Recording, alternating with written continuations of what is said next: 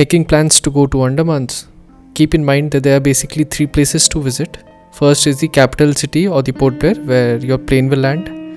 Second is the Swaraj Deep or Havelock Island. And the last is the Shahid Deep or the Neil Island. Coming back to Port Blair, we can divide this Port Blair into 2 parts. This is the northern part and this is the southern part. This is Haddu Jetty. This is the place where you will find all your cruise ships. Coming to the main tourist spot, this is Cellular Jail, Marina Park, Flag Point and Ross Island, also known as Subhash Chandra Bose Dweep. Moving a bit south, you'll come to Cornyn Cove Beach, one of the coolest places in Port Blair to hang out.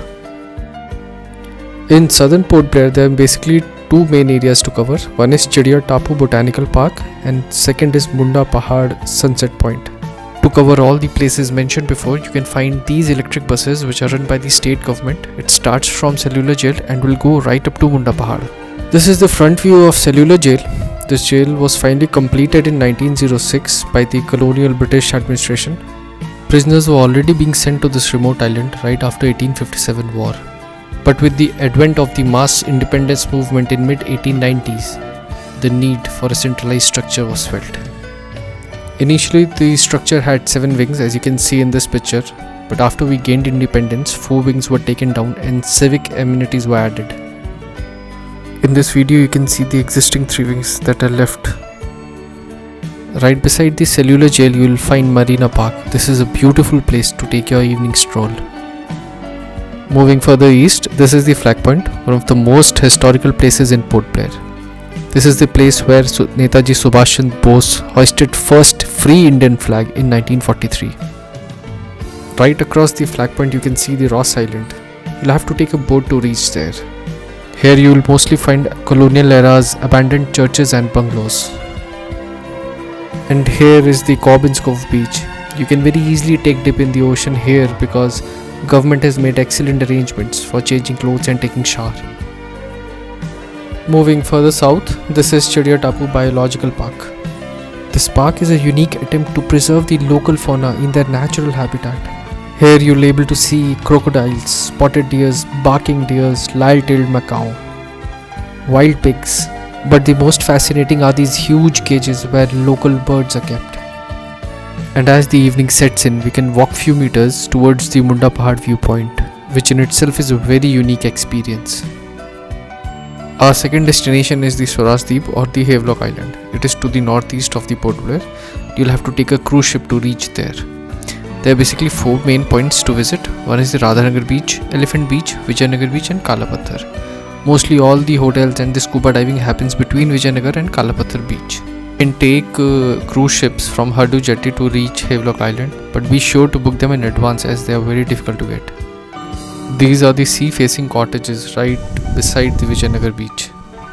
You can easily get these type of cottages under 5,000 rupees. This is how the Vijayanagar beach looks like. Please do not miss the crystal clear water and the overhanging mangroves. One peculiar thing about the beaches of Andaman is that they are alive. Every shell that is scattered on the beach can move. As I have told before, this is the island where you can go for scuba diving. You will find most of the scuba diving agencies right in between the Vijayanagar beach and the Pathar beach. It will cost you somewhere between 5,000 to 8,000 depending upon the agencies. Next point of interest is the Pathar beach. A very beautiful beach, very picturesque location. And the best part is right beside the beach you will find these small shops where you can drink and eat and buy souvenirs. Next comes the Radha beach. This is the biggest beach in the Havelock Island and it attracts most tourists. One of the few blue flagged beaches of the South Asia, it is a must visit for everyone who comes to Havelock. Please take note that to visit any place in Havelock Island, you'll have to rent out scooties and there are only 2 petrol pumps which open for very limited time. This is our second hotel as we believe in hotel hopping. After keeping all our stuff in the hotel room, we started off for the Elephant Beach trek. You can go to the Elephant Beach either by trekking or via boat. We decided to trek. This is roughly the path that we followed. I would highly recommend everyone to either wear sports sandals or shoes while doing this trek, which is about 1.5 hours long. And here you can see the unique topography of mangrove forest just beside the ocean and how alive they are.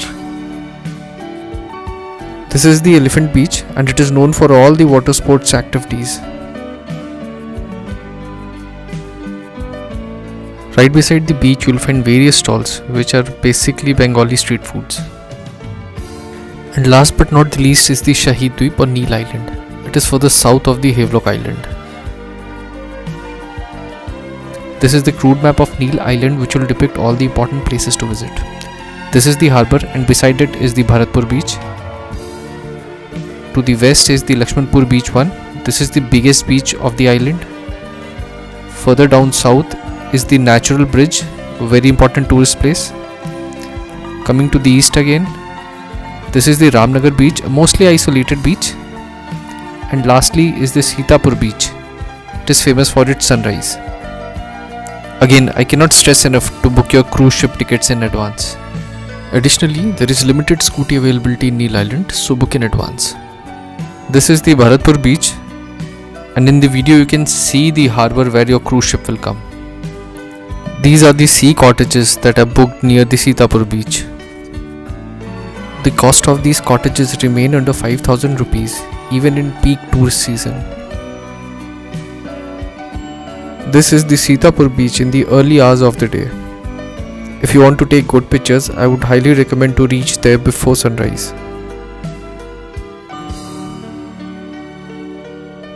Our next point of interest is the natural bridge.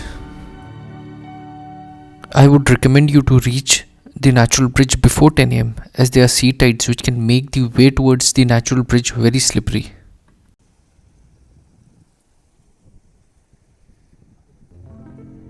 And this is the natural bridge which is formed by the action of sea waves. For me, the most interesting thing in this place was these little ecosystems that were formed by the receding sea waves. When the sea waves recede, you can literally see the corals moving, which are nothing but sea animals which look like plants. You can take your scooty and move towards the Nagar beach.